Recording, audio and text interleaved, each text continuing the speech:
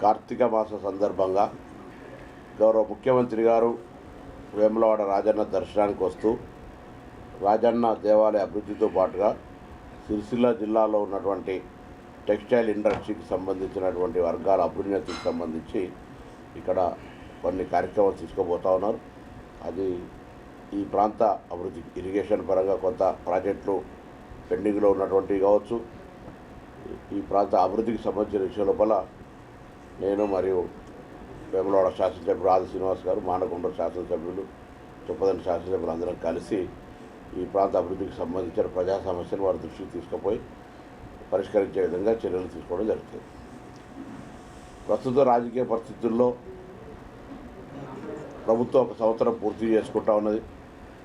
చారిత్రాత్మకంగా జరిగినటువంటి అనేకమైనటువంటి కార్యక్రమాలు, తెలంగాణ ఏర్పడ్డ నాడు ధనిక రాష్ట్రంగా ఏర్పడ్డ తెలంగాణ 10 సంవత్సరాల పరిపాలన తర్వాత 7.5 లక్షల కోట్ల అప్పుతోటి ఈరోజు మాకు ప్రజలు అధికారం వచ్చింది.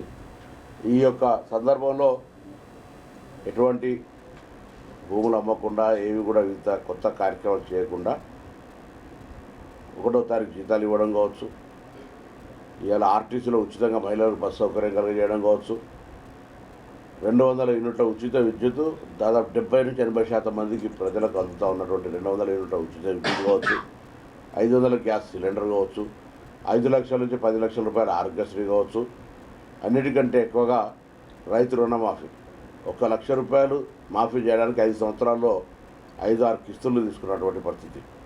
అటువంటిది చారిత్రాత్మకంగా 2 లక్షల రూపాయల రుణమాఫీ అయింది. కొంతవరకైనా కుటుంబపరమైనటువంటి గ్రూపింగ్ లేని వాళ్ళ వివరాలు కూడా తీసుకోబడ్డాయి. వాళ్ళందరికీ నెలలోపు క్లియర్ చేయడం జరుగుతుంది.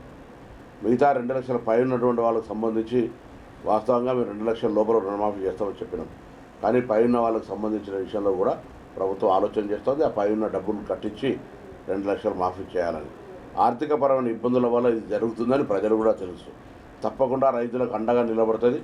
అదేవిధంగా కొనుగోలుకు సంబంధించిన విషయాల కూడా ఎప్పటికప్పుడు రైతులు, రైస్ మిల్లర్లు కూడా కొంత ఇబ్బందికర పరిస్థితుల్లో ఉన్నప్పుడు కూడా వారి డిఫాల్ట్ లేని వాళ్ళందరికీ కూడా ప్యాడీ ప్రొక్యూర్మెంట్ ఛాన్స్ ఇచ్చి ఈరోజు కొనుగోలు ప్రక్రియ చేస్తూ ఉంది.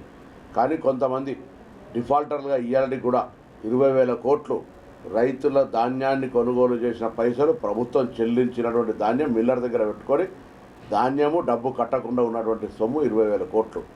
ఆ డిఫాల్టర్లకు ప్రభుత్వం అనేక సందర్భాల్లో సామాధాన భేద దండ అన్నట్టుగా అనేక రకాలుగా డబ్బు కట్టమని చెప్తా ఉంది.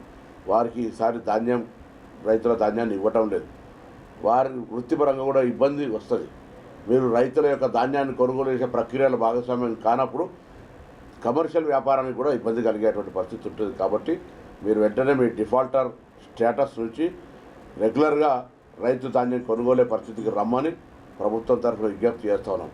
మీరు దయచేసి ఇప్పుడు ఉన్న పరిస్థితిని రైతులు ఇబ్బంది పడొద్దు అంటే ప్రభుత్వం ఎంత బాధ్యతనో మిల్లర్లుగా మీకు కూడా అంతే సోషల్ రెస్పాన్సిబిలిటీ ఉంది. మీకు అన్ని రకాల ఛార్జీలు, అన్ని రకాల ఎటువంటి ఇబ్బంది లేకుండా చూసుకోవడానికి ప్రభుత్వం కూడా పాలసీ తీసుకొచ్చింది. కాబట్టి ఆ రైతులకు సంబంధించిన ధాన్యం విషయం లోపల మొదట కొంత ఇబ్బంది అయినా మరి రైతులకు కొనుగోలు చేసే ధాన్యాన్ని అవసరమైతే ప్రభుత్వం గోదాంలో పెట్టండి అని చెప్పి ఆదేశాలు ఇవ్వడంతో ఇదంతా కూడా స్ట్రీమ్లైన్ అయింది. సన్న ధాన్యానికి కూడా 500 రూపాయల బోనస్ ఇస్తాను.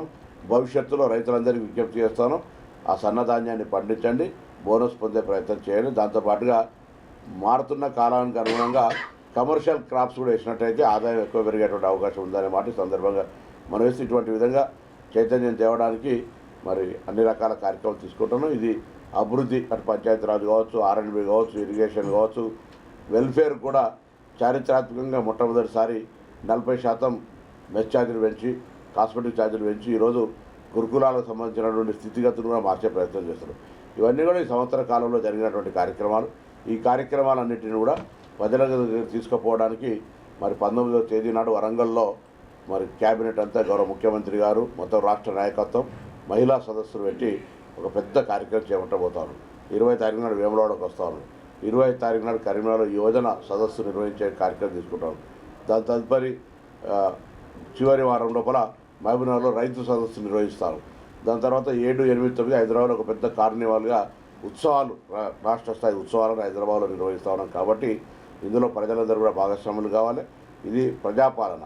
అన్నిటికంటే ఎక్కువగా తెలంగాణ ఏ ఉద్దేశం కోసమైతే తెచ్చుకున్నామో ప్రజాస్వామ్యంగా స్వేచ్ఛగా ఏదైనా మనకు నచ్చకపోతే నిరసన చెప్పి మన ఆకాంక్షను వ్యక్తం చేసే విధంగా ఈరోజు ప్రభుత్వం కొనసాగుతుంది. గతంలో మనం చెప్పాలనుకుంటే కూడా అధికారి కావచ్చు, లేదా తోటి సహచార ప్రజాప్రతినిధి కావచ్చు, ప్రతిపక్షం కావచ్చు, చెప్పుకునే పరిస్థితి లేకుండే ఇవాళ అధికారి కావచ్చు వారికి నా అభిప్రాయాన్ని అడుగుతా ఉన్నాం.